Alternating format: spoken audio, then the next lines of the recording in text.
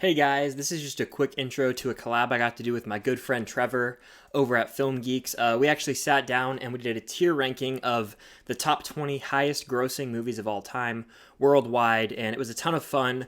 We had a pretty good discussion. Be sure to like this video. Definitely go check out Trevor's channel if you have not. He's got some awesome stuff over there, and be sure to comment your favorite movies down below from our list. Hope you guys enjoy the video. All right, so now I'm going to tell you what the tiers are. We've got amazing, great, good, meh, and bad. And like I said earlier, these are the top 20 highest grossing movies of all time, worldwide, I believe. So we can go ahead and get into it. The first movie is Frozen 2. Trevor, I know we disagree on this, so what are your thoughts on this movie? I love Frozen 2. It's one of my favorite animated movies of all time. It made $1.448 billion and domestically it made $477 million. So I know people are with me that they enjoy this movie. I'm so glad we got to see the characters again. I love Frozen, but I love Frozen 2 that much more. And I'm not lying, I've rewatched this movie 4 times this year alone. I love it. Every time I turn on Disney Plus, this might be the movie to put on. I love the music in this. I listen to the soundtrack. And Panic at the Disco, their song for Into the Unknown, it's amazing. I'm down to put this movie in amazing. And you're probably bad, so we can go from there. I actually would put this movie in bad. I think that it's just extremely bland and boring, and there's like no urgency. I don't like how there's not. I like the first one so much more because the whole like Hans reveal is so much more clever, and I think that how it had like an actual villain as opposed to whatever this was. It was like The spirits, an element, the spirits or whatever. Yeah, that was so irritating. No, that was amazing. Yes. So I think the way we can compromise is put it in good. Split the difference. Does that sound good with you? That sounds not that good, but sure, put it there. All right. Next up is Avengers Age of Ultron. I personally think this is a pretty good movie. It definitely has like a lot going on. There's some clunkiness. Shouldn't have been as long as it was. But I would go good. What about you, Trevor? Yeah, I'd go good, and it grossed a total of $1.402 billion. I liked how we got introduced to Scarlet Witch and her brother Quicksilver, if I'm not mistaken. I feel Quicksilver was kind of wasted because it would have got a lot more if he didn't end up dying. But I love what they did with him and that he sacrificed himself for Hawkeye. You didn't see that coming. I'm good for great or good. Yeah, I really do enjoy Age of Ultron. Ultron's an okay villain, but I enjoy this one quite a bit. Yeah, I went ahead and put it in good because I think that it has a few things holding it back from greatness and even the amazing tier. But I think this movie gets some unnecessary hate among MCU fans. That's for sure. So next up is Black Panther. Now, I think this is the most overrated MCU movie. What do you think? I'm good for meh or bad or whatever is below that. Yeah, I think we should put it in meh simply because of how overrated it is. Like, it's overrated, man. I went on I've seen a The rant Lion with you King earlier about how I can't stand a certain plot cliche where like a character dies and comes back. So because of that, I'm putting it in meh right now. I just I never understood the hype for it. I really haven't. No, and it grossed a total of $1.347 billion. Don't get me wrong, I think it's a solid movie, but best picture quality, no. Best MCU movie, not even close. No, top 10 MCU movie, no. Maybe top 15 if it's lucky on a good day, you know. Yeah. I think Black Panther has enjoyable moments, but I also think it's kind of not good. Yeah, it cracked the top 15 barely for me probably, but just overhyped. Next up is Harry Potter and the Deathly Hallows Part 2. And I absolutely freaking love this movie, dude. I think that it's an epic conclusion to the Harry Potter saga. I'm going to call it that. And it's just like the payoff. The first Deathly Hallows movie kind of sets things up a little slower. But this one, all conclusion, all payoff. And for that, I think it should go in amazing. I 100% agree with you. Sitting at $1.342 billion. Harry Potter Deathly Hallows Part 2 is my most rewatched Harry Potter movie. And way to send off these characters on a good note. You know, it's a ending done right, to say the least. I really do enjoy that movie a lot. Beautiful movie for sure. Yeah. Next up is probably the most controversial movie on this list: Star Wars Episode 8: The Last Jedi. Trevor, I'll let you take the floor with this one first. If I'm going to do this, I have to do it. Nothing other than my lightsaber. Hey, what? The lightsaber we didn't get to see in The Last Jedi. I don't hate this movie, and it's sitting at a whopping $1.33 billion. I don't love this movie. I don't hate this movie. I think it is a solid Star Wars movie. I've told you many times that I think all Star Wars is a good Star Wars. I think this is a great Star Wars, but I think certain scenes, especially with Rey and Kylo, like that big fight scene they have together at the end, I think is really well done. We've talked many times about obviously our problems. We talked before this, just about a couple of our problems. I'm good for good, and you're kind of bad. So if we have to go meh, I suppose we have to go meh. I would go meh, just because surprisingly it's not the worst Star Wars movie. I think The Rise of Skywalker is actually worse than this, but the entire Canto Bight sequence is atrocious, to say the least. And there is some. It's just so clear in this movie that this new trilogy had no plan, no trajectory. I'm glad that they thought they had something with it, but J.J. Abrams set it up so perfectly, and everything that was set up thrown out the window. Yeah. Whether you think that's for better or worse, it caused controversy either way, and for that, I say it's in the meh category. Okay. So next up is Jurassic World: Fallen Kingdom. I can't speak to this movie because I haven't seen it, but I've seen like certain scenes. Trevor, what do you think of this movie? Well, sitting at a $1.308 billion, I enjoy it. I think it's action-packed. I think it's badass. And the ending and the opening scenes honestly captivate you. The first opening scene is really good. The only thing I would say kind of holds this movie back is it's very, very similar to Jurassic World, its predecessor a couple years before. Very similar in lots of ways. The people are building another dinosaur, basically. They didn't learn anything from the first one. They're doing it again. They're trying to auction it off. Certain things felt repetitive. I think it's fun. I think it's action-packed. But it's a good or meh movie. I'm leaning towards a little more good, but it's definitely meh. It's sitting at 48% on Rotten Tomatoes. So if I put it in meh, you have the final say because I haven't seen it. So meh or good? Let's put it in good, just because I do rewatch it. I have fun, so I'm fine with good for it. That is fair. Next up is what some deem the greatest Disney movie of our time, the original Frozen. I think that personally, the movie is slightly overhyped, but I still think it's a great movie. It has some of the best music in the, I almost said MCU, in the Disney movies in the recent years. I have a lot of MCU stuff on my mind, guys, but I really do like this movie. I think it's a fun time. It's got some clever twists and turns in it. What about you? Yeah, I mean, sitting at $1.281 billion when Hans was the bad guy the whole time. Wow, what a twist. And when I saw this movie, I was 14 years old. And when that happened, first off, I fell in love with Olaf. First off, I fell in love with Sven and also Kristoff. I mean, he's amazing. But like you said, the music in this, from the song Let It Go to Love is an Open Door, one of the most carpool karaoke songs ever with your significant other. Yeah. And also the twist ending. And Olaf really carries this movie, like literally like on his snow shoulders. It's amazing. I love Frozen. I think I love Frozen 2 a little bit more. And I think this one kind of overshadows another movie, which is Tangled, which I think is better than both. I do but too. I do love Frozen quite a bit. I'm cool with great, honestly. I love Frozen. We're going great with Frozen. We're just going to have to let it go. That was an awesome joke. Nice. I apologize. Well done. But next up, we've got Beauty and the Beast, the 2017 live-action remake. Trevor, what do you think of this movie? Well, sitting at a $1.264 billion, Chris, I say I'm with the people. And I love this movie. I'm a Disney live action remake just lover. Give them to me. I enjoy them all so much. So when this came out, I was beyond excited. Belle is my favorite Disney princess. This is one of my favorite Disney Renaissance movies. So going into this, I had so much level of anticipation. I love seeing these characters brought to life. The animation style with these Lumiere and Cogsworth and the Beast is all done a little bit differently. But you have Josh Gad and Luke Evans as Gaston, who's my favorite Disney villain, and Le Fou, who's one of the best, stupidest sidekicks ever. The musical numbers are great. This movie has significant charm. And the song Gaston, where Josh Gad is kind of improvising a little bit with everything. All these things really worked for me. And the additional song of Evermore, I loved. I'm great for this movie. It's one of my favorite Disney live-action movies, no doubt. So. Yeah, I'm sitting on good right now just because I think that something about it is holding it back from true greatness. I haven't rewatched it in a few years, and I do think of the original Beauty and the Beast when I think of the two, just because I think that it's got that classic feel. I grew up with that one. I still think that it's really good, but it just misses on great for me. So are you good to go with good?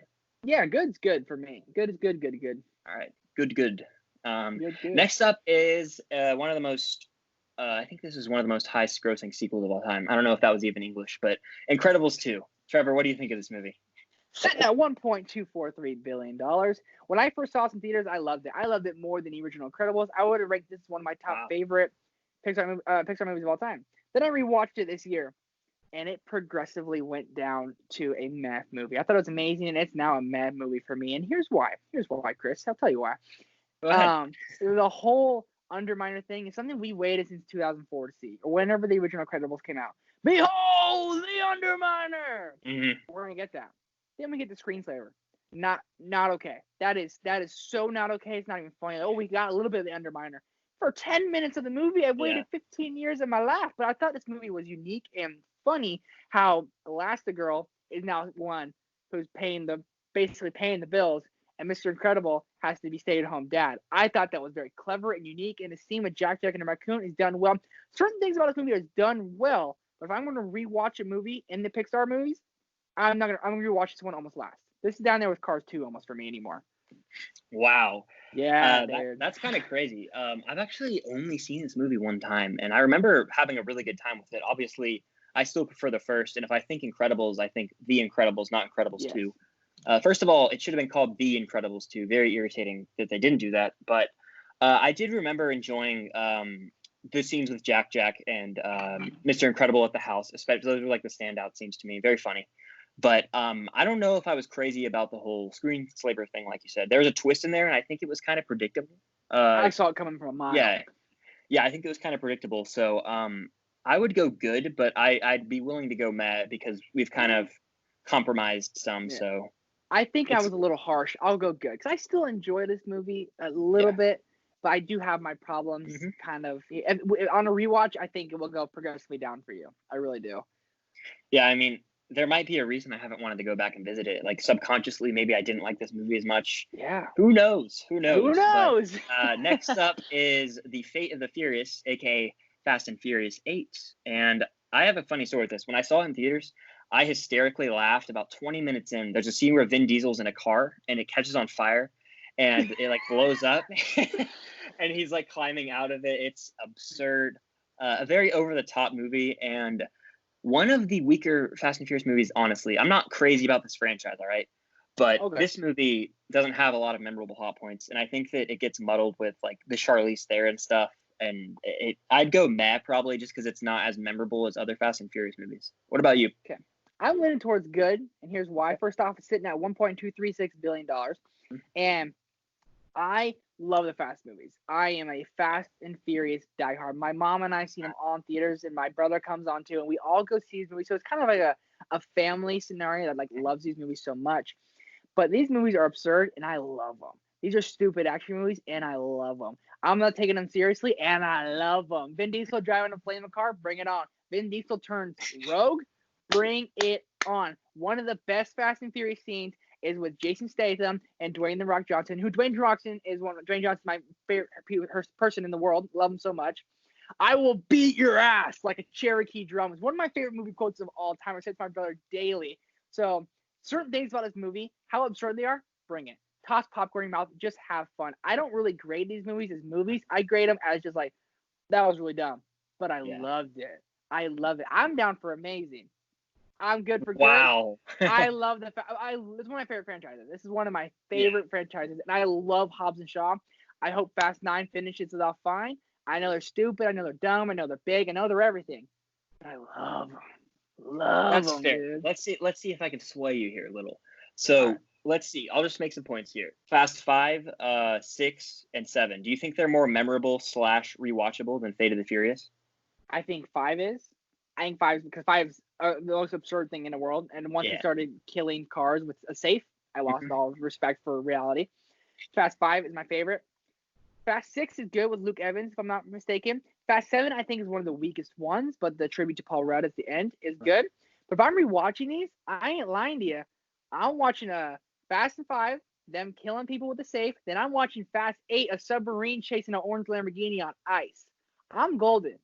I love Fast 8. I love the Fate. This is the toughest one we've had yet because I don't want to rewatch this movie ever. Like, I think it's very meh. Like, I think it's like a B movie. Like, it's okay. Like, if there was a category between good and meh, I think that it would go there. Like, it's fine to watch once, but it's not one I'm going to go back to just because I don't know. I kind of get sick of this franchise, honestly. So I mean, we're gonna have to pick a category here, though.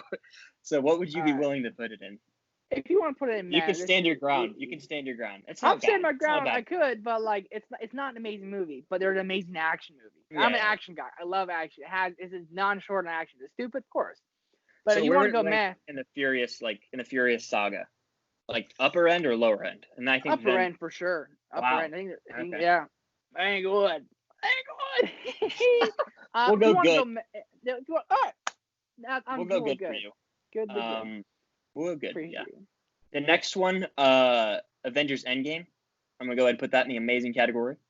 It's already there. I just put it there. And I think that we really don't even need to talk about it. I think that it's. I don't think so either. It's sitting at. I think this might be wrong, but it's sitting at $2.798 billion. I thought it crossed the $3 billion mark, but this is what it's saying on Rotten Tomatoes. So, we don't need to talk about this too much. Everyone knows how much it is. Avengers Assemble. Goddamn, this is a great freaking movie. Yeah, number one MCU, hands down. Talked about it basically at a point of nausea on this channel, but hey, I love it. So Next up is Iron Man 3, a pretty controversial MCU movie because it's probably middle of the road for me. It's gone up as time has passed because while I don't like the Mandarin twist at all, still I think it's just played for jokes. I do like seeing Tony's arc, as he has a great arc in all the Iron Man movies. Really seeing him kind of suffering from PTSD and having to be Iron Man without the suits. So I would be willing to go good with this movie. Anything higher, I don't know about. What about you? I'm good with good, but I think Shane Black has an issue. Because if you watch his movie, The Predator from 2018, I found enjoyment, but that movie had issues. And if you go to this movie, it's got issues, man. We're trying to get rid of the most popular guy in the MCU at this point. Captain America wasn't that popular yet. As the movies went on after this, Captain America really gained the respect and popularity that everyone has, especially at least for me. That's my perspective. But the Mandarin twist, I loved. I thought it was hilarious. Wow. I'm not the comic book guy, but when that happens, my name's Trevor Salsbury. I thought that was so funny. Ole, ole, ole. I thought it was silly and funny. I love Tony Stark's relationship with the kid in this movie, and I think it has great action. I think it has fantastic action. But the one thing I think it struggles is the things Shane Black decided to do, but then ultimately it all gets taken away. And I know Shane Black maybe thought, I'm going to do this, but all the other movies are like, you can't do that because Robert Downey Jr. is a guy. And why are you doing that? So you take away his surgery, which they address in Infinity War. Then you also give Pepper Potts flame powers that she never uses. You think that would come into real play in Endgame when there's a huge army of aliens? She just shoots fire at all of them. Firebending. That'd be a pretty good power, but that's gone. So Shane Black's this. Shane Black's a dumbass. I'm just gonna be blunt and honest. Wow. I enjoy Iron Man 3. I do, but Shane Black has an issue, and I'm good for good. Trust me. I sound like I'm hating on it, but like, why are you gonna try to get rid of the number one superhero? Yeah, we'll go ahead and put it in the good category. It's honestly between good and meh. If I'm being honest, it's like okay, but like I still don't love it. But it's an MCU movie. It's an RDJ performance. I'll never take those for granted. Never. Next up is a James Cameron film. He's actually got two on this list. Titanic. Trevor, what do you think of Titanic? I am a Titanic lover. My girlfriend and I love this movie. I believe Celine Dion that has the main song in this, right? If I'm not mistaken. Yeah. Sitting at $2.194 billion. Titanic is one of the best romance movies ever. Kate Winslet's a great, and Leo DiCaprio was honestly snubbed of an Oscar nom. I love Leo. I think this movie's incredibly long, but it's so good still. And the last hour of the ship actually sinking and how a little love story is over a week can really, like, they actually find love for each other. I think it's beautifully told. I think it's beautifully everything. I'm a sucker for love. I love love. So I love this movie. I really do. Yeah, I hadn't seen it for the first time till this year. It's on my 100 movies list. I'm glad I checked it off. Yeah, I know. It's crazy, right? But I enjoyed all 3 hours and 15 minutes of it. It didn't feel that long. And the last act especially, devastating in a way, but also it's that James Cameron scale and entertainment. So for that, I'm willing to go great. I don't think it's amazing. I think it's really great, though. Yeah, I'm good for great. I guess my biggest problem is kind of with, come on, Rose. There was room on that. There was room. Literally. Hey, Brad Pitt even acknowledged it in his Golden Globe speech, I want to say. Yeah. He said, I would have left room for you, Leo. I'm like, yeah, I would have too. But next up is another James Cameron film, one of the highest grossing of all time. It was for like the long time. Avatar. I've only seen this movie like once, maybe twice, and it's not one I ever really think about or rewatch. I've always found it pretty overrated. I'm sure I need to rewatch it with like a fresh mind. But Trevor, what are your thoughts on this movie? Avatar is sitting at $2.790 billion. I remember when I saw this movie in the theaters, my mom, I loved it. And then James Cameron knows how to do action. A lot with these big time directors, Spielberg and Cameron, they know how to do some good action. Yeah. And Avatar, the last battle, is one of the best final battles ever. And this movie, for its time, looking at it now, 11 years later, after seeing all these movies, the special effects, the graphics, everything, you could really tell this movie was put in production for 10 years, 99 to 2009. You could see all the effort, the blood, the sweat, the tears, the emotions thrown into this. And I was fine with the one Avatar. I don't need 4 more like we got. So what's holding Avatar back for me, as I know many people have said before, but James Cameron's been gone for 20 plus years now, since 99. Yes. He's made one movie in 20 years. I don't need these. I need one of these. I want you back on your game and your track. Mm-hmm. For that, I have to put it in good for taking away one of the best working directors. I'll go good as well. Yeah. I haven't seen it in like a long time. Like I legit have to rewatch it soon. Yeah. Next up is Star Wars: The Force Awakens, and I still really love this movie despite the fact that after this the trilogy just really went downhill. But I'll never forget the experience of seeing this movie in theaters. It was like I'd never seen a Star Wars movie in theaters, and the amount of joy I had that day leading up to that night when I finally got to hear John Williams' score blast through the auditorium. I'm going into vivid detail because I love it so much, and it's a fond memory. I had chills, and like, I really do love this movie. It's one of the more rewatchable Star Wars movies. It really is. It's top 4 for me. I think it's my number 4 spot, and that's above Return of the Jedi. I love The Force Awakens, and I was saying with you, it was my first Star Wars movie I got experience at theaters. Yeah. And with everything going on in the world, I hope they put A New Hope and Strikes Back in so I can go see those, because that would just be epic. Mm-hmm. But this movie, it feels like Star Wars. And however you feel besides the other two, this movie was such a success and the other two weren't. But this is the way to start off a trilogy, a new trilogy. Rey, new characters. I have some problems with how Kylo Ren, I get he's wounded, but he's a Sith Lord, and Finn is whooping his ass with no Force powers. Mm-hmm. Kind of irritating, kind of annoying. Whatever, I digress. Force Awakens, I rewatch often. I love it. I can't get over how much I think it's great. I think it's great, even possibly amazing, honestly. Yeah, so would you be willing to go great or amazing? Either or. So I don't think that it reaches the heights of the two movies that are in the amazing category right now. So I'd say we could put it in great, but that's obviously, it's still a great movie. So sound good? Great? Mm-hmm. All right, it is in the great category. Next up, Trevor, I think this might be one of your favorite movies, if not your favorite of all time. Avengers Infinity War. It's definitely, I'm going to go ahead and put it in the amazing category, and then we can talk about it real quick.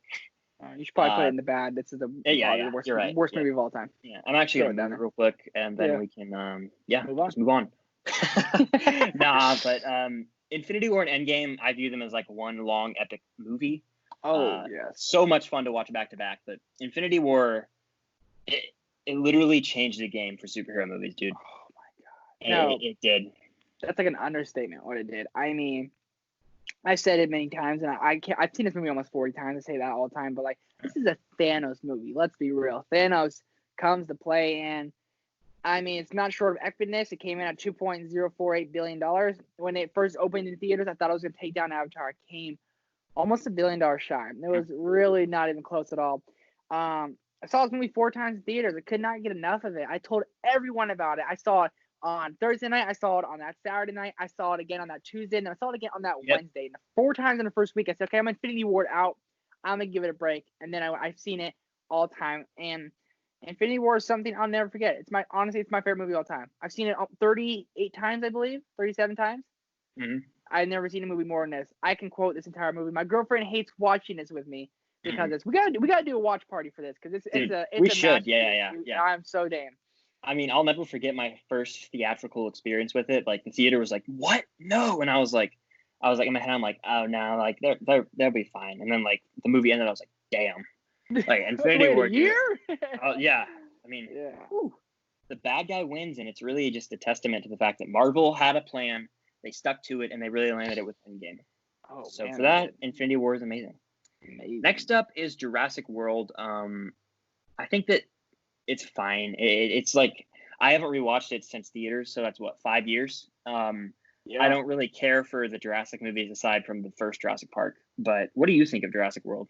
So I'm the opposite end of you. I am a Jurassic Park lover. I love Okay. Jurassic Park 2. I love Jurassic Park 3. I love the Spinosaurus. I love Jurassic World. Wow. And it's coming in at $1.670 billion. Jurassic World is nothing short of epic and nothing short of unique and cool and dumb all in one. It reminds me of a Fast and Furious movie with dinosaurs. A T-Rex and a Velociraptor teaming up on a rogue dinosaur. That's stupid, but it's awesome, and I kind of love it. So I'm good for this one. I don't think it's a great movie, but I love Bryce Dallas Howard. I really love Chris Pratt, and him as a Velociraptor trainer in this is great. And having I believe it's not Nick Robinson, right? I believe that's the actor's name. I don't recall honestly, but I think that sounds familiar. He's the kid. I thought it was really nice touch having all these different storylines going on and seeing everyone kind of in panic mode. And if they ever try to make dinosaurs in real life, we need to ex-nay that project because it does not go good for anyone. So I enjoyed it a bit. So I'd go good. Good for Jurassic World, matching with the Fallen Kingdom. Nice. So next up is The Lion King, and not the actual Lion King. This trash remake that somehow holds the same name as the beloved classic. We're going to go ahead and put this in the bad. Do you agree, Trevor? So, funny story. First off, sitting at $1.657 billion. When I saw this movie, it was my favorite movie of last year when I first saw it, besides Endgame. I loved it. Saw it again in theaters, liked it. Watched it at home, didn't like it as much. If I'm going to watch Lion King, and this is what I say, I think it's a well-made movie, but if I'm going to watch Lion King, I'm going to watch the original. I'm not going to watch this. End of discussion. On to the next. Bad it goes. Yeah, bad. I mean, oh, what an awful movie. Just like, ugh. Anyway, no way they could express emotion, and it was just so boring and bland. But anyway, next up is The Avengers from 2012. This is like the first movie that I saw various times in theaters, and I really do love it. I think that it's on like the same level as The Force Awakens, so I'd probably go great with it. You know, this is a movie as a kid. This is the Hulk I love. This is my favorite Hulk performance in this one. Hulk is awesome in this movie. And especially when we get the Hulk smash line. It's just nothing short of epic. New York is one of the best final battle scenes ever in any movie ever. Definitely kind of a slower burn. Has some pacing issues almost, you can say. But to see all of our heroes team up, they go at each other. They start breaking up kind of basically. Then come together. Avengers assembled in the final act. That is epic. That is awesome. And for there, I think it has to go amazing. And it came in at $1.519 billion. I'm amazing on this. If you want to go great, I can go great. But I just think that the reason it's not as good as the other Avengers movies, Infinity War and Endgame. Sure. So like I think that's a notch below them, and because of that, I don't think I can go amazing. But it's still a really, really great movie. So that's fair though. Because those two are untouchable. Let's be real. So we'll go great with that. And then the last movie here is Furious 7. I kind of think all the Furious movies, aside from maybe 5, are like meh. But you did put Fate Furious in good, so it's your call because you're more of a Furious guy than me. I'm a diehard Furious guy. I want to say that. Coming in at $1.515 billion. Furious 7 to me is not very good. Like at all to me. Totally fair, I think it's just bland for Fast and Furious movie. The only reason I rewatch this one is the Paul Walker tribute, and I watch it for Paul Walker. It's his last movie, and it makes me sad thinking about it. So I can go good, but to me, it's a meh movie. It really is a meh movie, lower tier Fast and Furious for me. Not a big fan of this one. That's for sure. Furious 7 is going in the meh category. I don't really rewatch those movies ever, so they're all, like I said, kind of meh. I know a lot of people have fun with them, but if I want action, I'll go Mission Impossible. I'll go James Bond. Hell, I'll even go Jason Bourne. But that franchise, never really my cup of tea. I had a phase, but anyway. I believe that is all 20 movies that we are going to be doing for the tier list today. So thank you all for watching. If you made it this far, I hope you guys enjoyed. And be sure to like this video. Definitely comment down below what your favorite movies are that have grossed this much money, because it's really crazy that all these movies have made so much money. It's really crazy. So much money, yeah. But I want to say thank you, Trevor, for joining. I had a lot of fun as always, man. Yeah, me too, brother. And can't wait to do this again. Yeah, for sure. And if you haven't subscribed to Trevor, definitely go check him out at Film Geeks on YouTube. Link will be in the description down below. And if you haven't subscribed to the Film Stock channel, It would mean a lot, guys. We're close to 400 subscribers and might be there by the time this video is up. Who knows? But like I said, be sure to like this video, comment down below, and until next time, we'll see you guys later. See ya.